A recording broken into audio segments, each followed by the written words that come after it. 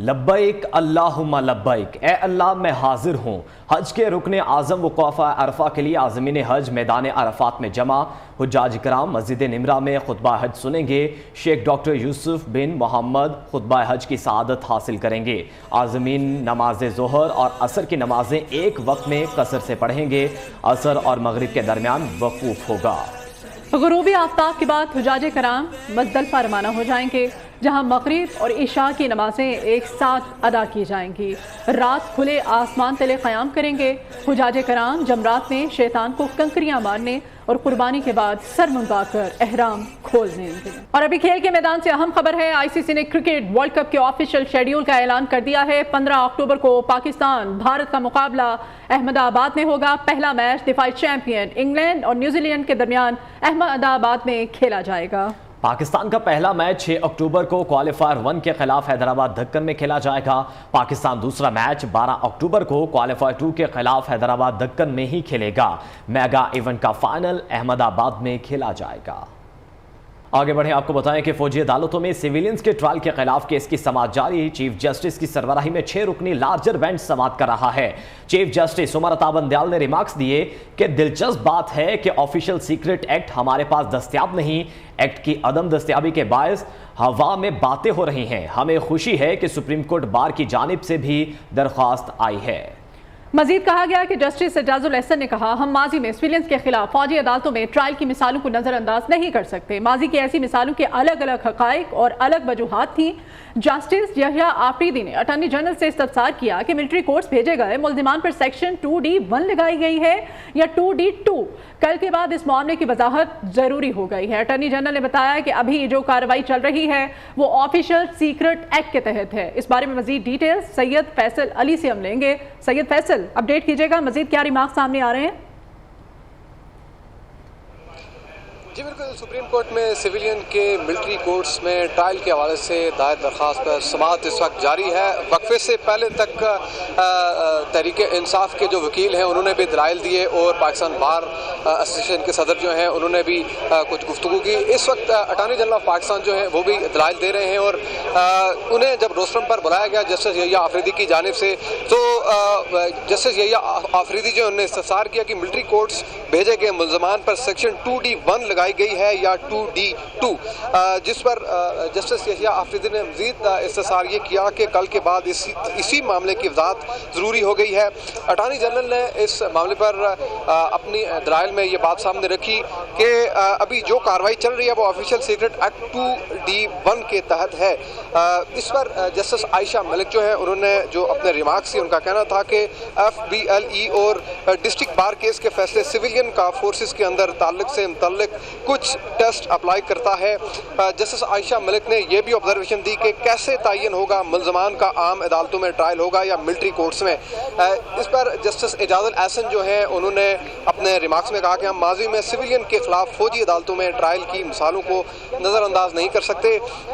Justice Ijaz ul Ahsan نے اپنے observation میں یہ بتایا کہ ماضی کی ایسی مثالوں کے الگ حقائق الگ وجوہات تھیں۔ درخواست گزار جو ہیں انہوں نے یہ کہا کہ شفاف ٹرائل کی بھی شرائط ہیں۔ جسٹس عائشہ ملک نے اپنی آبزرویشن دی کہ FBN کیس کہتا ہے کسی سویلین کا ملٹری کورٹ میں ٹرائل ہو سکتا ہے۔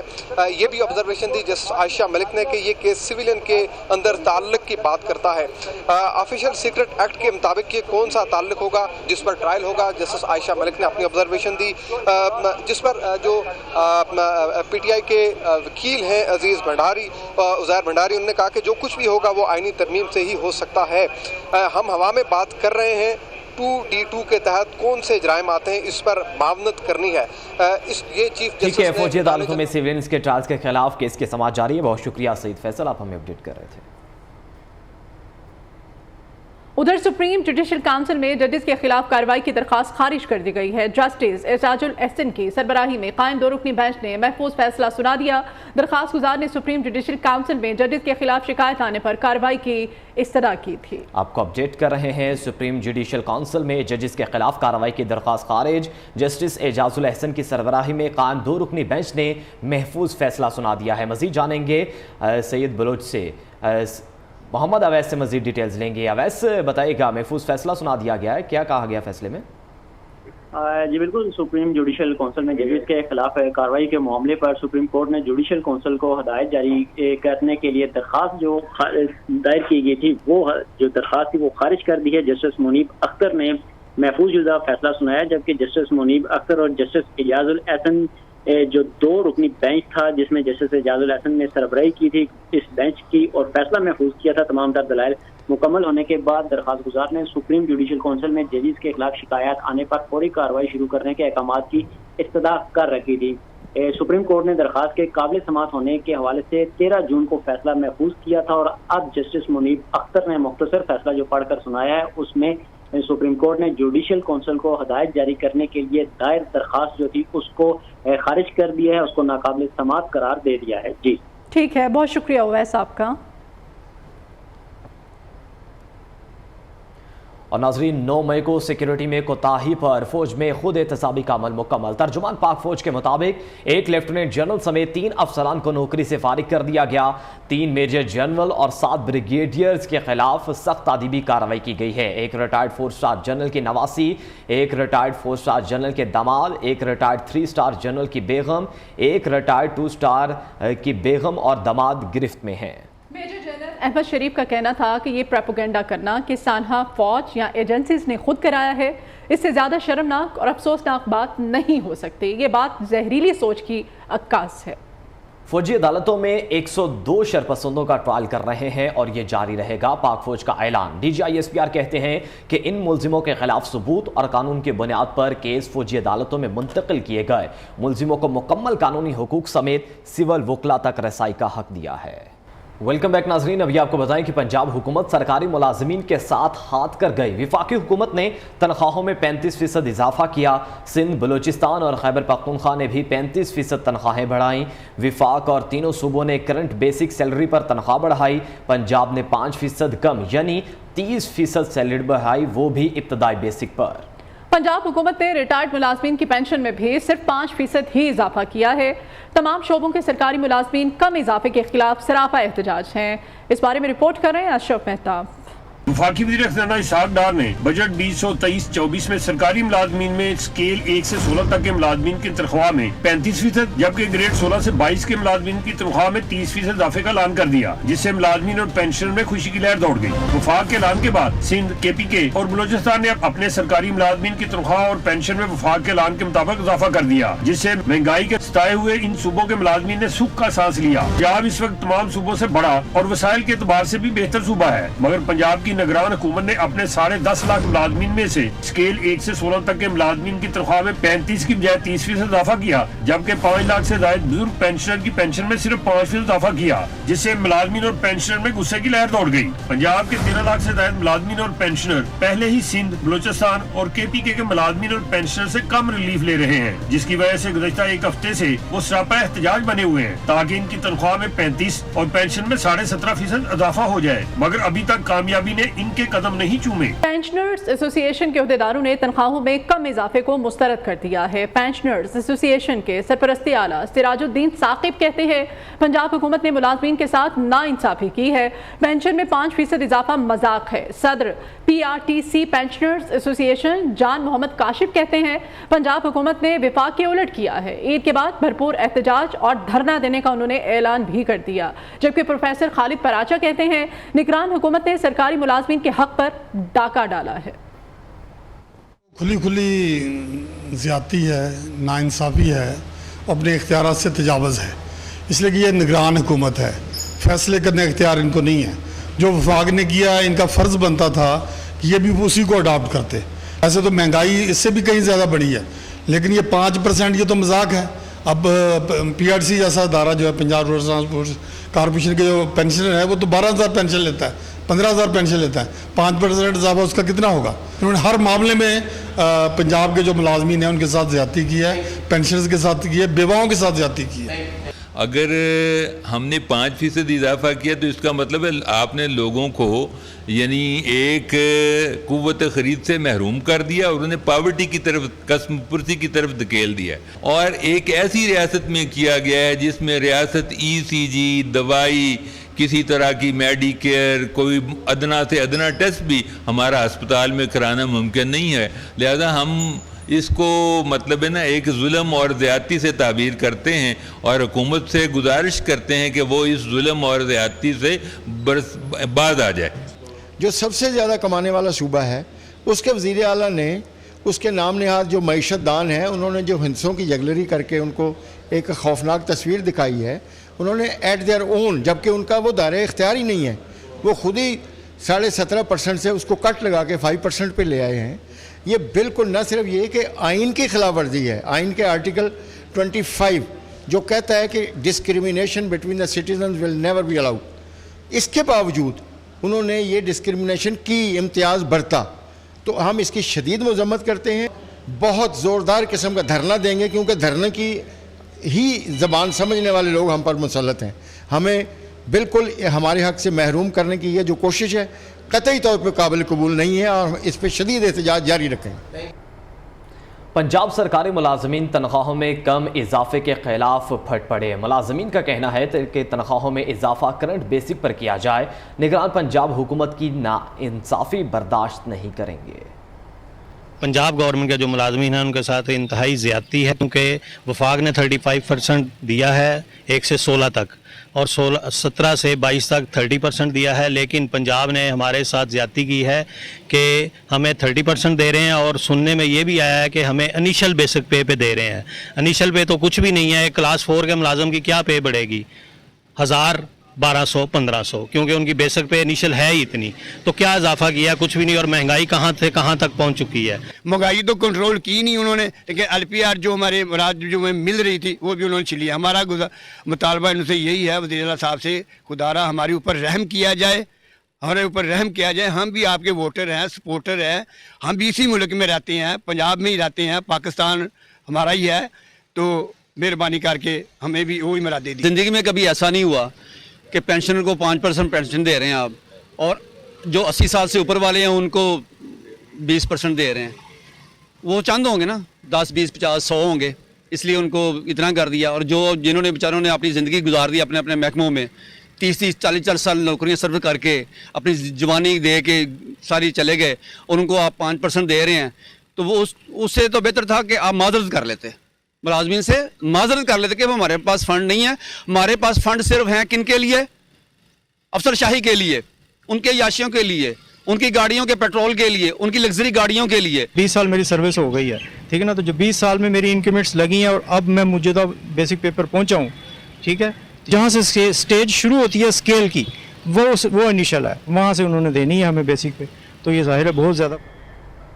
تحفظات آپ نے سن لیے، تنخواہوں میں کم اضافے اور سرکاری ملازمین کے تحفظات پر بات کرنے کے لیے آج ہمارے ساتھ اسٹوڈیوز پہ موجود ہیں آل پاکستان کلرکس ایسوسی ایشن کے چیئرمین حاجی ارشاد صاحب اور پینشنرز ایسوسی ایشن کے جنرل سیکریٹری اختر علی صاحب بھی ہمارے ساتھ ہیں، ان سے ان کا موقف جانتے ہیں۔ سب سے پہلے حاجی ارشاد صاحب سے میں جاننا چاہوں گی، حاجی صاحب آپ کے تحفظات کیا ہیں؟ کیا سیلریز کم بڑھی ہیں؟ کیا کہنا چاہیں گے؟ کیا آپ بھی پروٹیسٹ کرنے جا رہے ہیں؟ بسم اللہ الرحمن الرحیم۔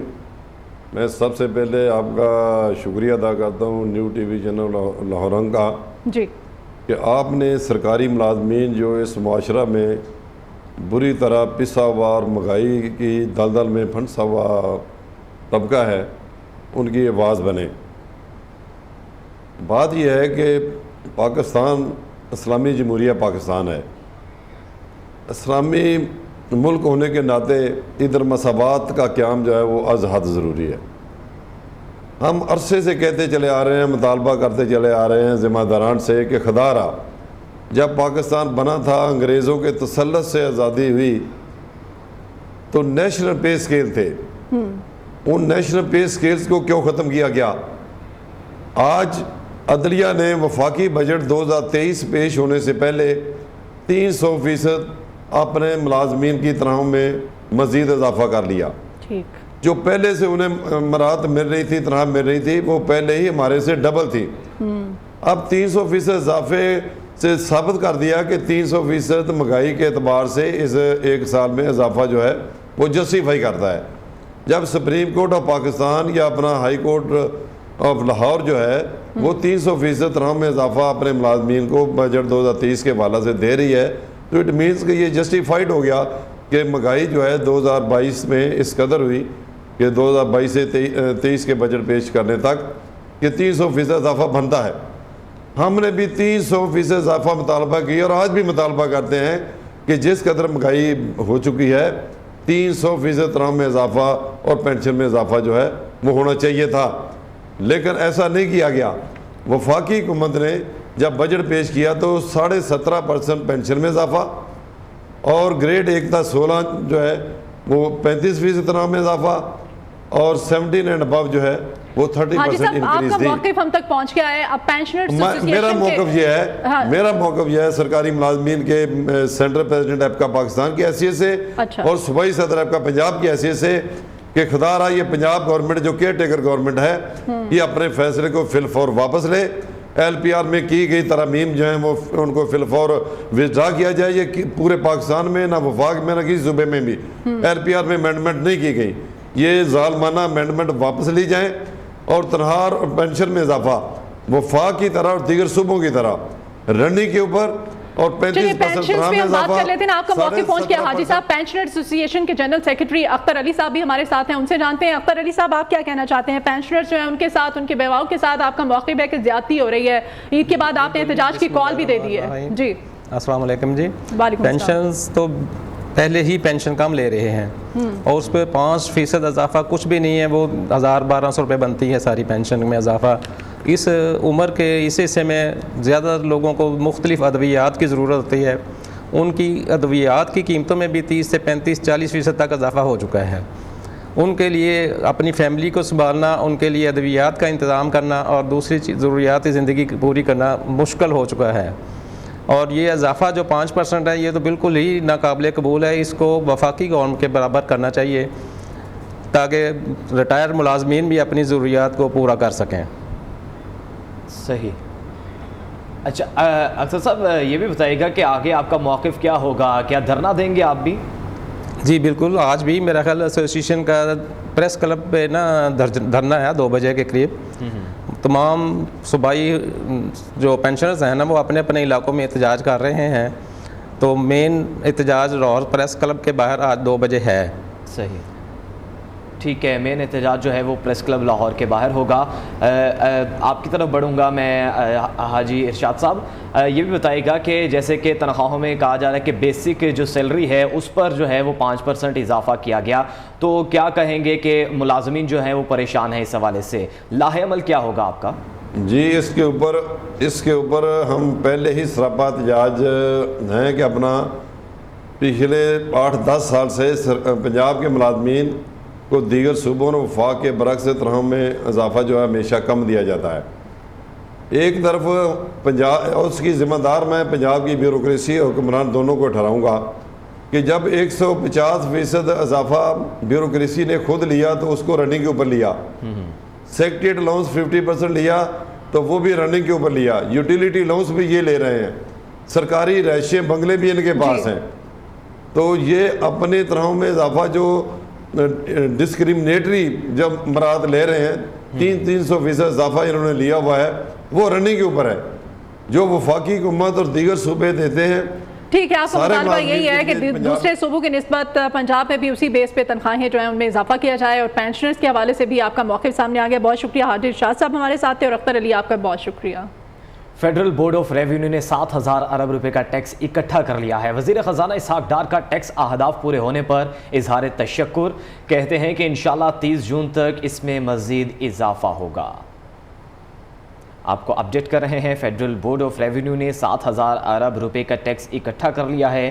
وزیر خزانہ اسحاق ڈار کا ٹیکس اہداف پورا ہونے پر اظہار تشکر، ان کا کہنا ہے کہ انشاءاللہ 30 جون تک اس میں مزید اضافہ ہوگا۔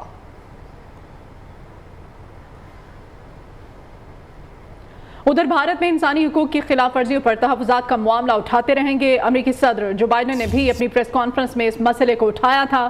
ترجمان امریکی محکمہ خارجہ میتھیو ملر کہتے ہیں پاکستان کے ساتھ خطے میں دہشت گرد گروہوں سے نمٹنے کا عزم رکھتے ہیں، مانتے ہیں پاکستان نے انسداد دہشت گردی کے لیے بہت سے اقدامات کیے، کئی برسوں تک پاکستانی عوام دہشت گردی سے بہت زیادہ متاثر ہوئے۔ پاکستان سے کہتے ہیں کہ line of control per cease fire جاری رکھیں۔ اس بلیٹن سے اتنا ہی، آپ دیکھتے رہیے پاکستانیوں کی آواز۔